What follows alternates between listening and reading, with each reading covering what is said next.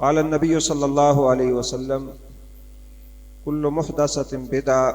وکل بدعۃ ضلالہ وکل ضلالۃ فی النار، او کما قال النبی صلی اللہ علیہ وسلم۔ رسول اکرم صلی اللہ علیہ وسلم اپنے ہر اہم خطاب میں، اور آپ کا ہر خطاب ہی اہم ہے، یہ کلمات دہرایا کرتے تھے جو میں نے آپ کے سامنے پڑھے ہیں۔ اور خطبہ مسنونہ جو ہے رسول اکرم صلی اللہ علیہ وسلم کا، اس میں یہ الفاظ شامل ہیں کہ کل محدثۃ بدعہ، ہر نیا کام وہ بدعت ہے، وکل بدعۃ ضلالہ، اور ہر بدعت گمراہی ہے، وکل ضلالۃ فی النار، اور ہر گمراہی انسان کو دوزخ میں لے جانے والی ہے۔ نیکی صرف اور صرف وہ ہے جس کا حکم اللہ رب العزت نے دیا ہے، یا اللہ کے پیارے حبیب محمد رسول اللہ صلی اللہ علیہ وسلم نے وہ کام کیا ہے یا کرنے کا حکم دیا ہے۔ میری اور آپ کی سوچ بہت اچھی ہو سکتی ہے، بہت خوبصورت ہو سکتی ہے، لیکن وہ نیکی اس وقت تک نہیں ہو سکتی جب تک اس پہ پیارے حبیب محمد رسول اللہ صلی اللہ علیہ وسلم کی مہر نہ ہو۔ دنیا میں بہت سارے لوگ، سینکڑوں نہیں، ہزاروں نہیں، بلکہ لاکھوں لوگ نیکی کے نام پر ایسے کام کرتے ہیں جن کے اوپر نہ اللہ رب العزت کی طرف سے کوئی اذن ہے، اور نہ رسول اکرم صلی اللہ علیہ وسلم نے ایسے کام کی تصدیق کی۔ ہر وہ کام جسے ہم اچھا سمجھے، ضروری نہیں ہے کہ وہ اللہ کی بارگاہ میں قبول ہو اور نیکی بھی ہو۔ ایک مثال آپ لے لیں کہ رسول اکرم صلی اللہ علیہ وسلم کا فرمان ہے کہ جو شخص قرآن مجید کا ایک حرف پڑھے اسے 10 نیکیاں ملتی ہیں،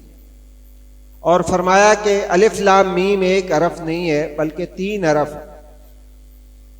اب قرآن مجید پڑھنے پہ اتنا ثواب ہے کہ ہر حرف کے بدلے جو ہے وہ 10 نیکیاں ہیں۔ اور دوسری طرف رسول اللہ صلی اللہ علیہ وسلم کا ایک فرمان ہے کہ انسان اللہ کے سب سے زیادہ قریب سجدے کی حالت میں ہوتا ہے۔ دونوں اپنی اپنی جگہ پہ کام خیر والے ہیں، نیک ہے، رسول اللہ صلی اللہ علیہ وسلم کی فضیلت بتائی ہے۔ اب ایک شخص نماز پڑھتے ہوئے یہ کہے کہ میں سجدے میں کیونکہ اللہ کے قریب ہوں، اور دوسری طرف قرآن مجید کا جو ثواب ہے وہ ہر حرف کا 10 نیکیاں ہیں، ظاہر ہے یہ ثواب کسی اور کلمے کا نہیں ہے، نہ کسی حدیث کا ہے، نہ کسی جو ہے وہ انسان کی بات کا ہے، جو قرآن مجید کا یہ ثواب اللہ کے رسول نے بتایا۔ وہ کہے کہ میں اپنے سجدے میں اللہ کے قریب بھی ہوں تو میں قرآن مجید کی تلاوت کر لوں، ہم بالاتفاق یہ کہیں گے کہ اس کی نماز نہیں ہوگی، اس لیے کہ رسول اللہ صلی اللہ علیہ وسلم نے سجدے میں تلاوت سے منع کیا۔ بالکل اسی طرح کئی کام ہم اپنی جگہ پہ وہ نیکی ہوتے ہیں، لیکن ان خاص مواقع پہ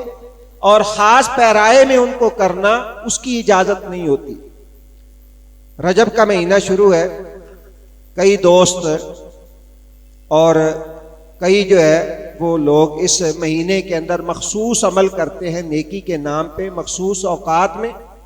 اور مخصوص طریقے سے۔ 2 اعمال کا میں ذکر کروں گا۔ ایک، بہت سارے لوگ رجب کے پہلی جمعرات جو آتی ہے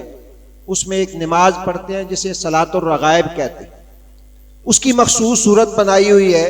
کہ اتنی دفعہ قل هو اللہ احد پڑھنا ہے، اتنی دفعہ فلاں صورت پڑھنی ہے، اور اس کی بڑی ہی فضیلت بھی بیان کی جاتی ہے۔ اب اگر کوئی شخص کہے کہ جی ہے تو نماز ہی نا، انسان اس میں کوئی گناہ والا کام تو نہیں کر رہا، تو حرج والی کیا بات ہے؟ میں نے جو آپ کے سامنے مثال رکھی کہ قرآن پڑھنے میں حرج کوئی نہیں ہے، لیکن اس مخصوص جگہ پہ قرآن پڑھنا جو ہے وہ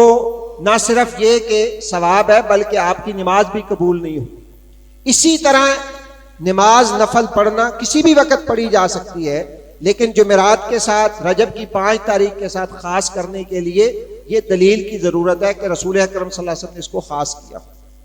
اس لیے ہم کہیں گے کہ اس موقع پر اس انداز سے مخصوص نماز پڑھنا یہ رسول اللہ صلی اللہ علیہ وسلم سے ثابت نہیں۔ اگر کوئی شخص اس انداز سے پڑھنے کی کوشش کرتا ہے یا اس کی دعوت دیتا ہے تو وہ اللہ کے رسول کے طریقے سے ہٹ کر پڑھ رہا ہے۔ دوسرا، معراج کے حوالے سے عام طور پہ ہمارے یہاں معروف ہے کہ رسول اللہ صلی اللہ علیہ وسلم کو رجب میں معراج کروائی گئی۔ معراج تو برحق ہے کہ اللہ کے رسول اپنے وجود اطہر کے ساتھ آسمانوں پہ تشریف لے گئے، اللہ تعالیٰ سے جو ہے وہ ہم کلامی بھی ہوئی، جنت اور دوزخ کے مناظر بھی اللہ کے رسول نے دیکھے۔ یہ تو ایک مسلمہ عقیدہ ہے مسلمانوں کا، جس میں کسی قسم کا کوئی شک نہیں ہے۔ جو شخص اس میں شک کرتا ہے وہ یقیناً اللہ کے یہاں مجرم ہے۔ لیکن سوال یہ ہے کہ یہ کس تاریخ کو ہوا ہے، کس مہینے کو ہوا ہے۔ یہ اللہ تعالیٰ کی حکمت ہے کہ کسی صحیح اتھینٹک حدیث میں مہینے کا یا دن کا ذکر جو ہے وہ نہیں ملتا ہے۔ بہت سارے اقوال ہیں مورخین کے اور سیرت نگاروں کے، کسی نے جو ہے وہ محرم کے اندر لکھا ہے، کسی نے کسی دوسرے مہینے میں، کسی نے رجب کے اندر لکھا ہے، پھر رجب کی تاریخوں میں آگے جو ہے وہ اختلافات ہیں۔ تو یہ اللہ تعالیٰ کی حکمت ہے کہ اتنا بڑا اہم واقعہ اس کو خاص ایک دن کے ساتھ کیوں نہیں کیا، یہ اللہ تعالیٰ کی مرضی ہے، کہ ورنہ بہت سارے واقعات صحابہ نے جو ہے وہ محفوظ رکھے۔ ہاں یہ بات ہے رسول اللہ صلی اللہ علیہ وسلم کی ہجرت سے 1 سال پہلے، یہ صحیح حدیث میں اس کی صراحت ملتی ہے کہ ہجرت سے 1 سال پہلے معراج جو ہے وہ رسول اکرم صلی اللہ علیہ وسلم کو ہوئی ہے۔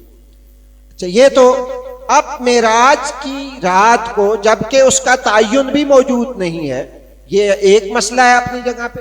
اور دوسرا پھر اس رات کو مخصوص انداز سے منانا، چراغاں کرنا، جھنڈیاں لگانا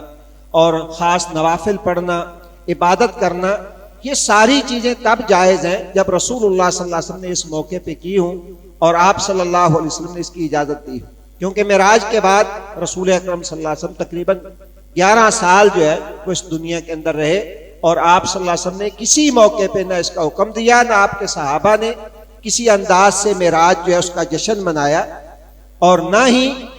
اس کی رسول اکرم صلی اللہ علیہ وسلم نے ترغیب دلائی ہے۔ آپ کرنا چاہتے ہیں تو معراج کے جو اسباق ہیں، جو نبی کریم صلی اللہ علیہ وسلم نے معراج کا پیغام دیا ہے، وہ قرآن و سنت کے اندر موجود ہے، اس کو اپنی عملی زندگی کے اندر کریں۔ لیکن ایک دن کے ساتھ وہ خاص نہیں ہے، وہ پورے سال کے اوپر محیط ہے کہ آپ پورا سال ان تعلیمات کو سامنے رکھیں جو رسول اکرم صلی اللہ علیہ وسلم نے معراج کے موقع پہ دی۔ تو اللہ تبارک و تعالی ہمیں رسول اکرم صلی اللہ علیہ وسلم کے نقش قدم پہ چلنے کی توفیق عطا فرمائے، اور بدعات اور خرافات سے اللہ تعالی ہمیں محفوظ رکھے۔ سبحانک اللہم و بحمدک، اشہد ان لا الہ الا انت، استغفرک و اتوب الیک۔